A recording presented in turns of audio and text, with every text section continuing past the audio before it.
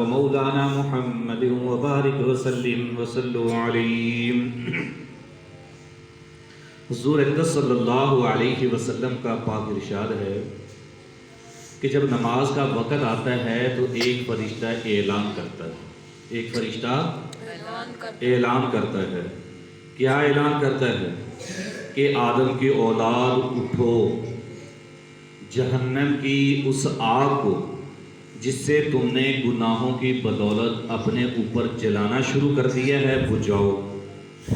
چنانچہ دیندار لوگ اٹھتے ہیں، وضو کرتے ہیں، ظہر کی نماز پڑھتے ہیں، جس کی وجہ سے ان کے گناہوں کی صبح سے ظہر تک کی مغفرت کر دی جاتی ہے، گناہوں کی صبح سے ظہر تک کی مغفرت کر دی جاتی ہے۔ پھر اسی طرح عصر کے وقت، پھر مغرب کے وقت، پھر عشاء کے وقت، غرض ہر نماز کے وقت یہی صورت ہوتی ہے۔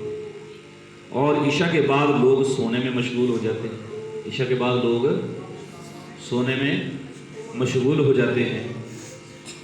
اس کے بعد اندھیرے میں بعض لوگ برائیوں کی طرف چلنے لگتے ہیں، کوئی چوری کی طرف چل دیتے ہیں، کوئی برائی کی طرف چل دیتے ہیں، کوئی زناکاری کی طرف چل دیتا ہے وغیرہ، اور بعض لوگ بھلائیوں کی طرف چلنے لگتے ہیں۔ بعض لوگ بھلائی کیا چیز ہے؟ نماز کی طرف، وظیفے کی طرف، ذکر کی طرف، درود شریف پڑھنے کی طرف چلنے لگتے ہیں۔ حدیث کی کتابوں میں بہت کثرت سے یہ مضمون آیا کہ اللہ جل شانہ اپنے لطف و کرم سے نماز کی بدولت گناہوں کو معاف فرما دیتے ہیں، گناہوں کو معاف فرما دیتے ہیں، چونکہ نماز میں خود استغفار موجود ہے۔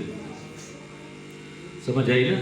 حضرت سلمان رضی اللہ تعالیٰ عنہ ایک بڑے مشہور صحابی ہیں، وہ فرماتے ہیں کہ جب عشاء کی نماز ہو لیتی ہے، جب عشاء کی نماز ہو لیتی ہے تو تمام آدمی 3 جماعتوں میں منقسم ہو جاتے ہیں، تمام آدمی 3 جماعتوں میں منقسم ہو جاتے ہیں۔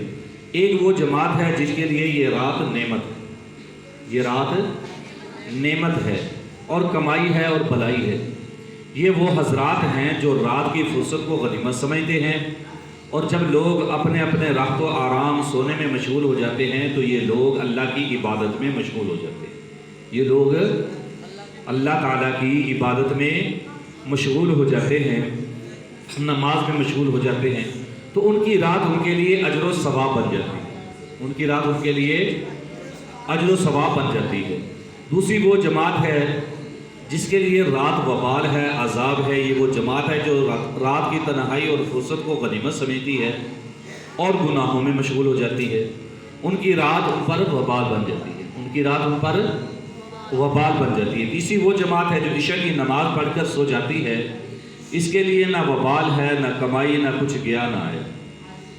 حضور اقدس صلی اللہ علیہ وسلم کا ارشاد ہے کہ حق تعالی جل شانہ نے یہ فرمایا کہ میں نے تمہاری امت پر 5 نمازیں فرض کی ہیں، اور اس کا میں نے اپنے لیے عہد کر لیا ہے، جو شخص ان 5 نمازوں کو ان کے وقت پر ادا کرنے کا اہتمام کرے گا، اس کو اپنی ذمہ داری پر جنت میں داخل کروں گا، اس کو اپنی ذمہ داری پر جنت میں داخل کروں گا، اور جو ان نمازوں کا اہتمام نہ کرے تو مجھ پر اس کی کوئی ذمہ داری نہیں۔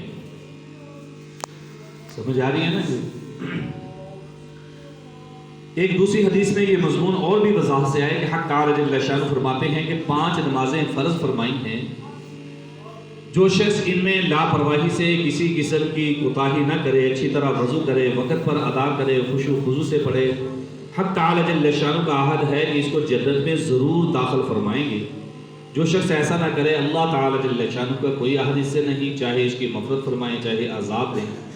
کتنی بڑی فضیلت ہے نماز کی کہ اس کے اہتمام سے اللہ جل جلالہ کے عہد اور ذمہ داری میں آدمی داخل ہو جاتا ہے۔ تو ہم دنیا داری کے معاملات میں دیکھتے ہیں، کوئی معمولی سا حاکم ہو، کوئی دولت مند ہو، کوئی شخصیت بڑی ہو، دولت مند کسی کو اطمینان دلا دے یا کسی مطالبہ کا ذمہ دار ہو جائے یا کسی قسم کی ضمانت کر لے تو وہ کتنا مطمئن اور خوش ہوتا ہے، اور اس حاکم کا کس قدر احسان مند اور گرویدہ بن جاتا ہے۔ یہاں ایک معمولی عبادت جس میں کچھ مشقت بھی نہیں، مالک الملک دو جہاں کا بادشاہ عہد کرتا ہے پھر بھی لوگ اس چیز سے غفلت برتتے ہیں، لاپرواہی کرتے ہیں۔ اس میں کسی کا کیا نقصان ہے؟ اپنی ہی کم نصیبی اور اپنا ہی ضرر ہے۔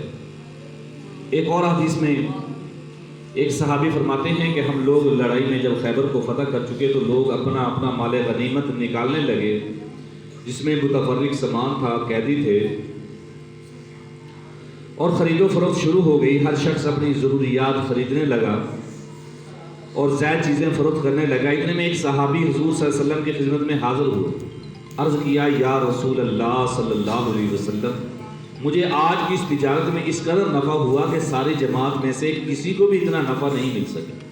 حضور پاک صلی اللہ علیہ وسلم نے تعجب سے پوچھا، کتنا کمایا؟ انہوں نے عرض کیا، یا رسول اللہ صلی اللہ علیہ وسلم، حضور میں سامان خریدتا رہا، بیچتا رہا، اس میں 300 اقیہ چاندی نفع میں بچی۔ حضور صلی اللہ علیہ وسلم نے ارشاد فرمایا، میں تمہیں بہترین نفع کی چیز نہ بتاؤں؟ بہترین نفع کی چیز نہ بتاؤں؟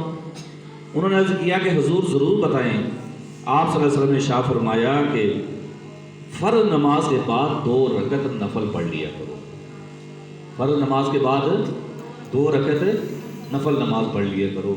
تو ہم نے اس اللہ کے حکم کو نہیں چھوڑنا۔ پیارے نبی صلی اللہ علیہ وسلم کی آنکھوں کی ٹھنڈک ہے نماز، جنت کی کنجی ہے نماز، برائیوں سے روکنے والی ہے نماز، چہرے کا نور ہے نماز، قبر میں ساتھی ہے نماز۔ تو ہم نے نماز کسی حال میں بھی نہیں چھوڑنی۔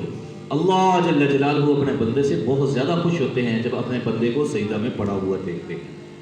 تو انشاءاللہ ہم نے اللہ کو بھی راضی کرنا ہے اور اللہ کو اس طرح راضی کرنا ہے کہ اللہ کے نبی محبوب کبریا احمد مجتبی محمد مصطفیٰ صلی اللہ علیہ وسلم کے طریقے کے مطابق، جس طرح آپ صلی اللہ علیہ وسلم نے ہمیں طریقہ بتایا ہے اللہ کو راضی کرنے کا، عبادت کرنے کا، ہم کس طرح عبادت کریں گے انشاءاللہ کوشش کریں گے نا جی۔ بسم اللہ الرحمن الرحیم، الحمدللہ رب العالمین والعاقبۃ